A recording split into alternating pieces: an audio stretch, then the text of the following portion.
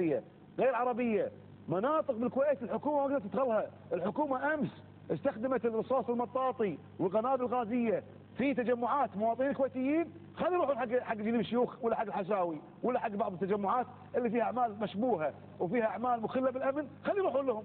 الحكومة اللي نبيها حكومة تكون عندها رؤية، تفهم الواقع، تخاطب الكويتيين كلهم بالسواسية، مو حكومة تميز زيد عن عمرو. حتى في النواب كان في تمييز، حتى بكلامك انت قبل شوي قلته في الكتل، هذا كلام موجود. النائب اللي غير منتمي كيف كان تمييز بين النواب؟ تتعامل مع الكتل، تتحالف مع الكتل بصرف النظر عن المصلحه العامه. اعطيك مثل اذا سمحت لي. قضيه الدوائر الانتخابيه، هل من المنطق، هل من الحكمه، هل من المنطق والمعقول انه يكون محافظه العاصمه ومحافظه حولي بمفردها؟ العاصمه وحولي لهم 30 نائب في البرلمان، 30 عضو في البرلمان، واربع محافظات الجهره ومبارك الكبير والفروانيه والاحمدي لهم 20 نائب. 20 نائب يمثلون راي هالاربع محافظات، و30 يمثلون راي محافظتين. لا تقول لي بدو حضروا كلام فاضي. هناك من يقول الديمقراطيه هي لحفظ حقوق الاقليه. لا الديمقراطيه، لا والله ضعف الحكومه، عدم وجود رؤيه للحكومه اللي تحالفت مع مجموعه 19 او 29 واقروا هذا القانون بدون دراسه، والنتيجه اليوم قاعد ينتقدون بعض النواب اللي وافقوا عليه مع الاسف. وانا كنت الوحيد اللي وقف متحدث لهذا النظام، مو لان دائرتي ودائره فلان وكذا، لا، لان بالنهايه هذا قانون راح يصوتون عليه، هذا ما يمثل راي الامه. نحن مو ضد احد ولا مع زيد ولا مع بيت ولا تحت ابط احد، نحن يجب ان نكون كذلك، اللهم اجعلنا منهم، ثابتين على مصلحه الكويت ومصلحه الكويتيين. هذا لن يكون اي اصلاح اللي قاعد يغنون فيه الا بالعدل بين الناس. اذا ما في عدل يا اخ علي ما في اصلاح. العدل ما يكون بالطريقه هذه، العدل ما يكون بالدوائر اللي الان صايره. راح ارجع لك استاذ مبارك الحارث. هل تعتقد ان تقسيمه الدوائر الخمس كان فيها عدل؟ لا طبعا، لا توجد عداله نهائيا. لماذا لا توجد عداله؟ لان الدائره الخامسه الاحمدي 90,000 او اكثر، والدائره الثانيه 38,000. هي الديمقراطيه يعني لا الديمقراطيه تبدا في العداله. نعم. وبعد هذا تتبلور الديمقراطيه. هل المقصود في ابناء القبائل مثلا ولا؟ لا، احنا نقول مساله مناطق خارجيه وداخليه، هذا واقع اللي فرض علينا للاسف. اذا كان المناطق الخارجيه خلينا نقول تعطى 20 نائب والمناطق الداخليه تعطى 30 نائب، انت من الكتله من قبيله العوازم، وهي كتله وهي قبيله نفتخر فيها كما نفتخر بجميع قبائل الكويت. تعطون مثلا خلينا نقول انتم نازلين 4 اليوم، طيب وفي الدائره الثانيه ممكن تطلع لكم صوتين، فالحسبه ممكن تكون 25 ب 25. لا بغض النظر عن القبيله موجوده هني ولا هناك، احنا نتكلم عن ايش معنى ان في دائره فوق ال 90,000 ويطلعون 10، وفي دائره 38,000 او اقل ويطلعون 10. وبعدين في نقطه لازم تنتبه لها من ناحيه جغرافيه، الأحمدي مستقبلا يعني خلال دورتين راح يوصلون 150 إلى 200,000، لأنهم الآن مشاريع إسكانية هناك. والمناطق الداخلية بالعكس مناطق طاردة الناس قاعد تطلع منها. يعني بعد دورة أو دورتين راح يصيرون ذولاك 200,000 وذيلا راح يرجعون إلى 20,000. هل الحل في الدائرة الواحدة؟ لا، مو في الدائرة الواحدة، الحل في التقسيم العادلة سواء الخمس أو العشر. إحنا قفزنا من 25 إلى الخمس نتيجة ضغط معين.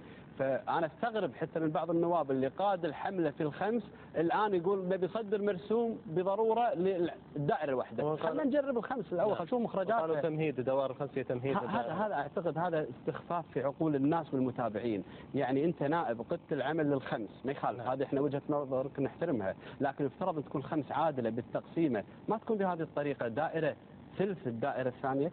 ومثل ما تفضل الأستاذ علي، الدوائر الخارجية 20 نائب والدوائر الداخلية 30 نائب. لكن لو نرجع حق العشر او نظل بالخمس بتعديله اكثر، يعني عداله بتقسيم اكثر عداله، بالحاله هذه نوصل للعداله. والعداله دائما ترى نسبيه، يعني ممكن تصير فيها مثالب، ما في كمال الا وجه الله. اذا الدائره الواحده هي الافضل. الوحده خلينا نشوف شنو المنظور وشنو اللي مطروح وشنو ضوابطها، ممكن نجاوب عليها. لكن انا اللي اتعامل معاه الان اللي قدامي من مشاريع الدائره الواحده مشاريع غير جاده صراحه. نعم.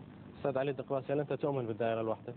انا مع اي نظام انتخابي عادل، حتى الخمس. انا مقدم دائره، انا مقدم تعديل او مقدم قانون على 6 محافظات. انا اؤمن بان الحكومه والاسئله اللي تطرحها حضرتك واللي يطرحونها المراقبين السياسيين كلها اسئله تشجع على نشوء شيء من الفرقه في المجتمع الكويتي. لماذا؟ من واجب الدوله ان لا تميز. انا قدمت قانون يقول انك تقسم البلد وفق النظام الهيكلي والاداري للدوله، على كل محافظه. نعم. لا نردد نغمه بدو وحضر وفلانيين، ولا هذا مو في مصلحه بلدنا ولا نشيحه. ثق وامن بالله، من 61 كان في رجال عمالقه سووا هذا الدستور وسووا هذه الممارسه الديمقراطيه، ما كانوا يفرقون بين اهل الكويت. نعم. هذه التفرقه مو زينه، مو في مصلحه بلدنا، لكن واقعنا الاجتماعي يحتم علينا ان نراعيه. انا اعتقد يجب ان تعزز الدوله والحكومه مشروع المواطنه بين الناس، من الناس متساويه، وبالتالي علي الدغباسي يؤيد الواحده، يؤيد الخمس، يؤيد الثلاث، يؤيد اللي تبي، بس يؤيد 3 أشياء مهمه: دائره كبيره عشان يكون في تمثيل صحيح. نعم. دائرة متوازنة بين الناس، فروقات معقولة مثل ما قال الأستاذ مبارك، يعني يكون في فروقات معقولة، عدالة نسبية.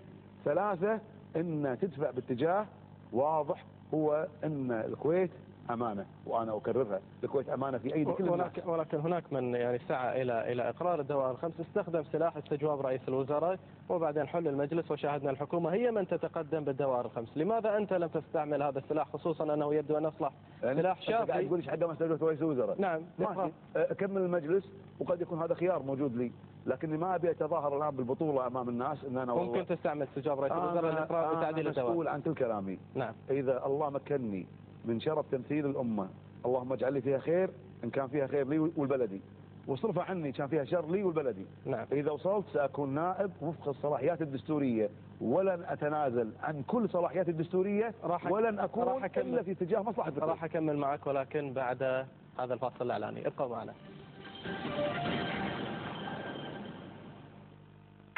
هذا البرنامج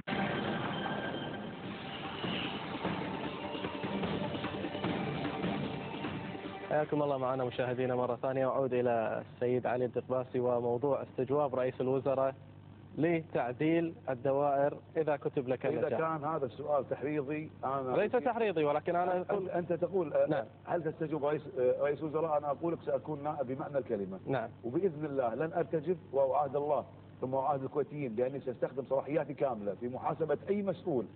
لماذا لم تستخدمه في المجلس السابق؟ تطاله يدي نعم. وفق الدستور. نعم.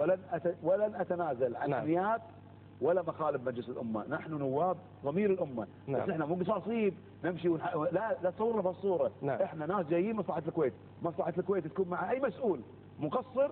عيب على النواب إذا ما يحاسبونه. نعم. وعيب عليهم إذا يتعسفون في استخدام صلاحياتهم. نعم. علي الدغباسي سيكون في اتجاه أي اتجاه في مصلحة الكويت، ولا راح يكون محسوب على زيد ولا عبيد. وأيضا فليكن واضحا، لن أكون تابع لأي جهة دون أخرى، ولن أرتدي أي قبعة عند مشاكل مع أحد ولا علي معك. هذا كلام واضح ومفهوم. نعم. أنا أكتفي مثل الناس، لن أتوسع بالإجابة. نعم. أنت تتهرب من الإجابة؟ سميها ما شئت، أنا لا أتهرب. أعطني استجوابا وأنا أحدد موقفي. أنا كان في 3 استجوابات. لماذا لا تتقدم، تبادر أنت بالاستجواب؟ دعني أنجح بالانتخابات وأجيب. وماذا عن المجلس السابق؟ ماذا عن المجلس السابق؟ 3 استجوابات مؤيد، ولكن لا متحدث في 3 استجوابات في موضوع الدوائر الخمس. الدوائر الخمس كما قلت لك قبل قليل، أنا لا أريد أني أتعسف. نعم. أنا أعرف أن النواب الأفاضل اللي أقروا القانون كان غرضهم نبيل. نعم. كيف كان غرض نبيل؟ كانوا يبغضون البلد من الدوائر 25 سيئة الذكر اللي فيها فساد. نعم. وشراء أصوات وفيها بلاوي زرقاء. هذا غرضهم. لكن أنا أسألك سؤال، علي الدغباسي عنده مصلحة انتخابية.